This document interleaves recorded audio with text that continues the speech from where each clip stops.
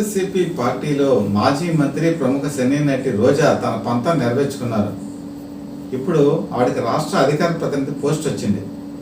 మనం గత వారం రోజుల క్రితం వరకు చూసుకుంటే అసలు రోజా పరిస్థితి ఏంటి, ఆవిడ భవిష్యత్తు ఏంటి, అసలు ఆవిడ రాజకీయాల్లో కంటిన్యూ అవుతారా, పార్టీని వదిలి వెళ్ళిపోతారా, తమిళనాడు రాజకీయాలకి ఎంట్రీ ఇస్తారా అని చాలా ఊహాగానాలు వచ్చాయి. ఆవిడ 3 నెలల పాటు స్తబ్దుగా ఉండిపోయారు ఎన్నికల రిజల్ట్స్ వచ్చిన తర్వాత. ఆవిడ యూరోపియన్ పర్యటన కూడా వెళ్ళారు. అక్కడ పొట్టి దుస్తులు, ఫారిన్ డ్రెస్సులు అన్నీ వేసుకొని చాలా అపఖ్యాతి కూడా పొందారు. ఒక మంచి చీరలో హిందూ సాంప్రదాయం, తెలుగు సాంప్రదాయానికి మరి ఉండేటువంటి రోజా అక్కడికి వెళ్ళిన తర్వాత ఆ విధంగా ఉండటం చాలామంది ఆశ్చర్యపోయారు కూడా. సినిమాలో నటించినప్పుడు వేరు, రాజకీయాల్లోకి వచ్చిన తర్వాత వేరు, కానీ చాలామంది డైజెస్ట్ చేసుకోలేకపోయారు.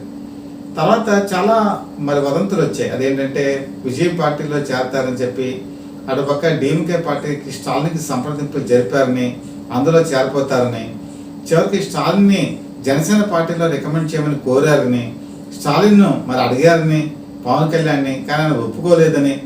ఇది నిజముందా అబద్ధం ఉందా తెలియదు, కానీ ఇవన్నీ కూడా సోషల్ మీడియాలో చెక్కలు కొట్టాయి. ఇంకా చాలామంది నిర్ణయం చేసుకున్నారు రోజా ఆంధ్రప్రదేశ్ రాజకీయాల్లో కొనసాగడం కష్టం, ఎందుకంటే నగరంలో జరిగిన ఘోర పరాభవం మళ్ళీ ఆవిడ తలెత్తుకుని తిరిగే పరిస్థితి ఉండదని చెప్పి రాజకీయ ప్రత్యర్థులు సైతం అంచనా వేశారు. అయితే అనుకోకుండా మరి తాడేపల్లి ప్యాలెస్లో ఇటీవల కాలంలో చిత్తూరుకి సంబంధించినటువంటి పార్టీ కార్యకర్తలు, లీడర్స్కి సమావేశం జరిగింది. అసలు చిత్తూరు అంతా లీడ్ చేసేది పెద్దిరెడ్డి రామచంద్రారెడ్డి మాట కాదని అక్కడ అడుగు వేసేటువంటి పరిస్థితి ఎవరికీ ఉండదు.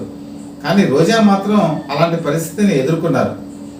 ఈ పరిస్థితుల్లో అక్కడ నగరంలో ఆవిడకి 5 మండలాల్లో నిరసన సెగలు బాగా వెల్లువెత్తాయి. మొన్న ఓటమికి ఘోర పరాభవానికి కారణం ఏంటంటే ఆ పార్టీలో ఉండే నాయకులే ఆమెకి వ్యతిరేకంగా పనిచేశారు అని చెప్పడంలో ఎటువంటి సందేహం కూడా లేదు. ఆవిడ అనేక సార్లు అధిష్టానానికి ఫిర్యాదు చేశారు. అయితే మరి జగన్మోహన్ రెడ్డి ఈ విషయంలో పెద్ద పట్టించుకోవాలా. ఒక పక్క వ్యతిరేక వర్గం ఏమో రోజా మీద కంప్లైంట్ చేసేవాళ్ళు, రోజా ఏమో వ్యతిరేక వర్గం మీద కంప్లైంట్ చేసేవాళ్ళు. ఆయన అన్నిటినీ నవ్వి ఊరుకున్నారే తప్ప ఎవరి మీద యాక్షన్ తీసుకోవాలా. దీంతో అక్కడ నగరంలో పరిస్థితి ఏమైందంటే రోజా ఒక పక్కన, వైఎస్ఆర్సీపీ పార్టీ ఒక పక్కన 2గా చీలిపోయింది. ఆవిడ తనకంటూ తను ఒక సొంత ఒక వర్గాన్ని ఏర్పాటు చేసుకున్నారు. వాళ్ళు ఈ వైఎస్ఆర్సీపీ లీడర్స్తో కలిసేవాళ్ళు కాదు, వైఎస్ఆర్సీపీ లీడర్స్ వాళ్ళతో కలిసేవాళ్ళు కాదు. వాళ్ళు బ్యానర్లు కడితే వీళ్ళు చించేసేవాళ్ళు, వీళ్ళు బ్యానర్లు కడితే వాళ్ళు చించేసేవాళ్ళు. అంటే ఒకే పార్టీలో 2 వర్గాలు. సో వాళ్ళకి వాళ్ళే ఇబ్బంది పడేటువంటి పరిస్థితి వచ్చింది. ఆ టైంలో ఆవిడ ఘోర పరాభవం ఒక విధంగా ఎవరు ఊహించింది అయినా జగన్మోహన్ రెడ్డి అయితే ఊహించలేకపోయారు. అయితే ఇక్కడికి వచ్చినప్పుడు మాత్రం వాళ్ళ కంట నీరు పెట్టుకున్నారు. జగన్మోహన్ రెడ్డి దగ్గరికి వెళ్ళి నగరంలో తను గెలిచేదానని, ఎవరైతే వ్యతిరేక వర్గం తనకి చాలా ఘోరంగా పనిచేయడం వల్ల తను ఓడిపోయానని, మీరు ఇంతవరకు వాళ్ళ మీద యాక్షన్ తీసుకోలేదు, యాక్షన్ తీసుకోవాలని చెప్పి కోరడం జరిగింది. విధిలేని పరిస్థితుల్లో, తప్పనిసరి పరిస్థితుల్లో ఆమెకు వ్యతిరేకంగా ఎవరైతే పనిచేశారో వాళ్ళని పార్టీ నుంచి సస్పెండ్ చేయడం జరిగింది. ఈ పరిణామం తర్వాతే రోజా కీలకంగా మారారు. అలాగే ఆ పార్టీలో యాక్టివేట్ అవ్వడం జరిగింది. ఒక నిర్ణయానికి అయితే అందరూ వచ్చేసారు. మళ్ళీ రోజా మన ఆంధ్ర రాజకీయాల్లో వైఎస్ఆర్సీపీ తరఫున తన వాయిస్ని వినపరుచుకోబోతున్నారు. అయితే జగన్మోహన్ రెడ్డి ఎందుకు ఆమెకు మాటకి విలువిచ్చారు? మీరు కనుక బాగా అబ్జర్వ్ చేస్తే మొదటి నుంచి కూడా ఒక విధమైన ప్రయారిటీ రోజాకి ఇవ్వడం జరుగుతుంది. 2014లో నగరంలో రోజా గెలిచిన తర్వాత ఒక విధంగా జగన్మోహన్ రెడ్డికి అన్నీ అండగా ఉన్నారు. అటు అసెంబ్లీలో ఆయనకి అండగా ఉన్నారు, తర్వాత తెలుగుదేశం పార్టీ మీద విమర్శలు జరిమాను కురిపించారు. దాదాపు 1 ఇయర్ పాటు అసెంబ్లీ నుంచి సస్పెండ్ చేశారు. అయినా సరే ఆమె ఎక్కడ కూడా వెనుతిరగల చాలా మాటలు మాట్లాడారు వాళ్ళతో. కొన్ని మంచి జరిగింది, మంచిగానే చెడే ఎక్కువ జరిగింది. అలాగే 2019లో ఎలక్షన్స్లో విజయదుందుని భోగించిన తర్వాత ఆవిడకి వెంటనే మంత్రి పదవి ఆశించారు. ఎందుకంటే ఆ రోజు పార్టీ తరఫున వాయిస్ వినిపించింది ఆవిడే. కానీ ఫస్ట్ స్టేజ్లో ఆవిడకి రాలా. 2022 సంవత్సరంలో ఆవిడకి మంత్రి పదవి వచ్చింది. అది కూడా చాలా కష్టం మీద వచ్చింది. ఎందుకంటే చిత్తూరు నుంచి పెద్దిరెడ్డి రామచంద్రారెడ్డి వచ్చారు మంత్రిగా, ఉన్నారు ఆల్రెడీ. మరి ఇంకో మంత్రి పదవికి అవకాశం లేదు. పైగా పెద్దిరెడ్డి రామచంద్రారెడ్డికి ఎగరెస్ట్గా పనిచేస్తారు రోజా. వాళ్ళిద్దరి మధ్య సఖ్యత లేదు, స్వయంచు కూడా లేదు.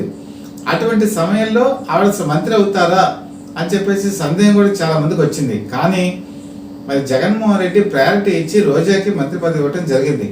ఆవిడ జీవిత ఆశయం ఏంటంటే ఏనాటికైనా తన మంత్రి అవ్వాలని చెప్పి ఆ కోరిక కూడా ఆయన నెరవేర్చారు. అంతేకాకుండా 2019లో అధికారంలోకి వచ్చినప్పుడు ఆవిడని ఏపీఐఏసీ చైర్మన్గా కూడా నియమించారు. అంటే పార్టీలో ఎక్కడా లేని ప్రయారిటీ రోజాకి ఇచ్చారు. కానీ 3 నెలల కాలం కనుక చూసుకుంటే ఈ మధ్య వద్దనే జగన్మోహన్ రెడ్డి ఫస్ట్ ఆవిడ విస్మరిద్దామని చెప్పి అనుకున్నారు. చాలా మంది నాయకులు చెప్పింది ఏంటంటే రోజా నోటి దూసుతనం వల్ల, ఇష్టం వచ్చినట్టు మాట్లాడటం వల్ల, చంద్రబాబు నాయుడిని ఇష్టం వచ్చినట్టు తిట్టడం వల్ల, అలాగే ముఖ్యంగా పవన్ కళ్యాణ్ని చాలా గేలి చేయడం వల్ల, అపహాస్యం చేయడం వల్ల ఈరోజు చాలా సీట్లు కోల్పోవడానికి రోజానే కారణం అని చెప్పి చాలా మంది ఆయన చెవిలో జోరీగలాగా చెప్పారు. ఒకనొక టైంలో జగన్మోహన్ రెడ్డి కూడా ఏమనుకున్నారంటే వీడు వదిలించేసుకుందాం, వీడు పార్టీని వదిలి వెళ్ళిపోతే అంత మంచిదని కూడా అనుకున్నారు. అది వాస్తవం కూడా. కానీ రానున్న పరిణామాలు కనుక ఆయన చూసుకుంటే పార్టీని వదిలి నాయకులంతా వెళ్ళిపోతున్నారు. ఓ పక్క చూసుకుంటే మీరు చూడండి, ఆళ్ళ నాని ఆయన పార్టీని వదిలి వెళ్ళిపోయారు. కొడాలి నాని మనటి దాకా ఇష్టం వచ్చినట్టు మాట్లాడే కొడాలి నాని అజ్ఞాతంలో ఉండిపోయారు. వల్లభనేని వంశీ ఇప్పుడు ఆయన ఎక్కడ ఉన్నారో తెలియదు. జ్యోతి రమేష్ ఇప్పుడు అరెస్ట్ అవుతారా లేదా అన్న సందేహంలో ఆయన తిరుగుతున్నాడు. ఆయన ఎవరినైతే నమ్ముకున్నాడో, ఎవరైతే ఇష్టం వచ్చినట్టు మైకులు పట్టుకుని మాట్లాడారో వాళ్ళందరూ ఇప్పుడు కనుమరుగైపోతున్నారు. కొంతమంది అజ్ఞాతంలోకి వెళ్ళిపోయారు, కొంతమంది పార్టీని పట్టించుకోవట్లేదు, కొంతమంది స్తబ్దుగా ఉండిపోయారు, కొంతమంది జగన్మోహన్ రెడ్డి మీద విమర్శలు చేస్తున్నారు. ఈ తరుణంలో పార్టీని 5 సంవత్సరాల పాటు ముందుకు నడిపించాలి. 5 సంవత్సరాలు ముందుకు నడిపించాలంటే వాళ్ళకి ఆకర్షణ శక్తి ఉండాలి, సినీ గ్లామర్ ఉండాలి, అలాగే మంచి వాయిస్తో ఎదురు వాళ్ళని కట్టడి చేసేటువంటి శక్తి ఉండాలి, అవసరమైతే ఏ మాట అయినా మాట్లాడగలిగే స్టేజ్లో ఉండాలి. మరి ఇలాంటి లక్షణాలు ఎవరికి ఉన్నాయి? రోజాకి మాత్రమే ఉన్నాయి. రోజాను కూడా ఇప్పుడు వదులుకుంటే పరిస్థితి ఏంటి? తన తరఫున ఎవరు మాట్లాడతారు?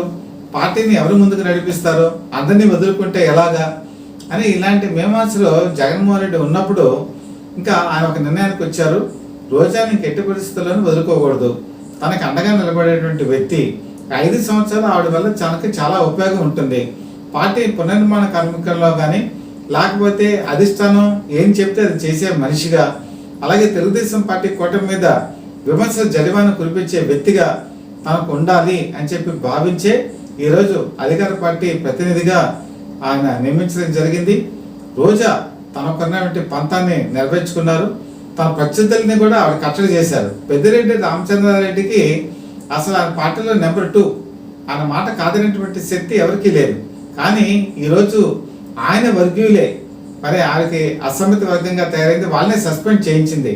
దీనివల్ల పెద్దిరెడ్డి రామచంద్రారెడ్డికి ఒక సవాల్ విసిరింది. తాను తలుచుకుంటే ఎవరిని కూడా లెక్క చేయను, తనకు ఎదురొస్తే ఎవరినైనా సరే తొక్కుకుంటూ వెళ్ళిపోతాను బుల్డోజర్ లాగా అని చెప్పేసి ఒక నిరూపణ కూడా చేయడం జరిగింది. రాబోయే కాలంలో మాత్రం తన సందిగ్ధులకి అనుమానాలకి ఆవిడ ఇంకా తెర మూసేసింది. ఆవిడ ఖచ్చితంగా వైఎస్ఆర్సీపీ పార్టీలో పనిచేస్తుంది. అయితే ఇప్పుడు అన్అఫిషియల్గా వినిపిస్తున్న మాట ఏంటంటే జగన్మోహన్ రెడ్డి ఒక భరోసా ఇచ్చారట. మనం 2029 ఎలక్షన్స్లో ఖచ్చితంగా అధికారంలోకి వస్తాం, ఈసారి మంత్రి కాదు డిప్యూటీ సీఎం పోస్టు నేను ఇస్తాను అని చెప్పేసి ఆవిడకి భరోసా ఇచ్చినట్టుగా తెలుస్తోంది. దాంతో ఆవిడ ఒక పక్క డిప్యూటీ సీఎం అవ్వాలని కోరిక కూడా ఆవిడకు ఉంది. కాబట్టి ఆ కోరికతో అయినా సరే తన ఆ కోరిక నెరవేర్చుకోవాలనే ఉద్దేశంతో అయినా సరే ఆవిడ కష్టపడి పనిచేయాలని నిర్ణయం తీసుకున్నారు. రోజాకున్న రాజకీయ జీవిత చరిత్రలో ఆవిడ ఫస్ట్ ఎమ్మెల్యే కావాలని అనుకున్నారు, ఎమ్మెల్యే అయ్యారు. 2 సార్లు ఓడిపోయిన తర్వాత ఆవిడ ఎమ్మెల్యే అయ్యారు. తర్వాత మంత్రి కావాలనుకున్నారు, మంత్రి అయ్యారు. ఇప్పుడు ఆవిడ నెక్స్ట్ టార్గెట్ ఏంటంటే డిప్యూటీ సీఎం. అది కూడా అవుతారా అవరా? ఆ వచ్చే ఎన్నికల్లో అత్యధిక మెజారిటీతో పార్టీని గెలిపించే దాంట్లో కీలకమైన పాత్ర వహిస్తారా వహించారా ఇవన్నీ మనం చెప్పలేం. అన్ని రాజకీయాలు నిర్ణయిస్తాయి. ఎవరికి ఏ పదవి వస్తుంది, ఎవరికి ఏ పదవి రాదు ఎవరు మనం చెప్పలేం. కానీ ఒకటి మాత్రం నిజం, రోజా మాత్రం ఒక ఫైర్ బ్రాండ్. రాజకీయాల్లో తనకంటూ తను ముద్రేసుకున్నారు. ఆవిడ దేనికి భయపడరు, ఎప్పుడు వెనకడుగు వేయరు, ముందడుగే వేస్తారు. కాబట్టి ఈ ముందడుగు ఎలా వెళ్తుంది, ఏ మలుపులు తిరుగుతుందో, రాజకీయ జీవిత చరిత్రలో ఎలాగంటి సంఘటనలు జరుగుతాయో మనం ఎదురు చూడాల్సిందే. ఆ సంఘటనలకి మనం సాక్షిపోతంగా నిలిచిపోతామని చెప్పక తప్పదు. అలాగే సత్యభర్త పీపుల్ లైవ్ టీవీ ఈరోజు అనేక కార్యక్రమాలని ప్రసారం చేస్తుంది. ఇక్కడ మీరు ఎవరైనా సరే మా ప్రసారాలు చేసినప్పుడు లైక్ చేయండి. లైక్ చేస్తే ఏంటంటే యూట్యూబ్ అందరికీ కూడా ప్రమోట్ చేయడం జరుగుతుంది. అలాగే ఈరోజు సబ్స్క్రైబర్స్ కూడా మనకి చాలా ఫాస్ట్గా ఆదరణ పెరుగుతోంది. సబ్స్క్రైబర్స్ చాలామంది చేసుకుంటారు, 16,000 క్రాస్ అయిపోయింది కూడా. కాబట్టి మీకు ఈ వీడియోస్ నచ్చినట్టయితే మీరు కూడా సబ్స్క్రైబ్ చేసుకొని మాకు సపోర్ట్ అందజేయండి. అలాగే ఈ వీడియో మీకు నచ్చినట్లయితే మీ ఫ్రెండ్స్కి రిలేటివ్స్కి షేర్ చేసి మీ సపోర్ట్ మరొకసారి మాకు అందజేయవలసిందిగా కోరుకుంటూ మీ చీఫ్ ఎడిటర్ డివిఎస్ఎస్ కృష్ణప్రసాద్.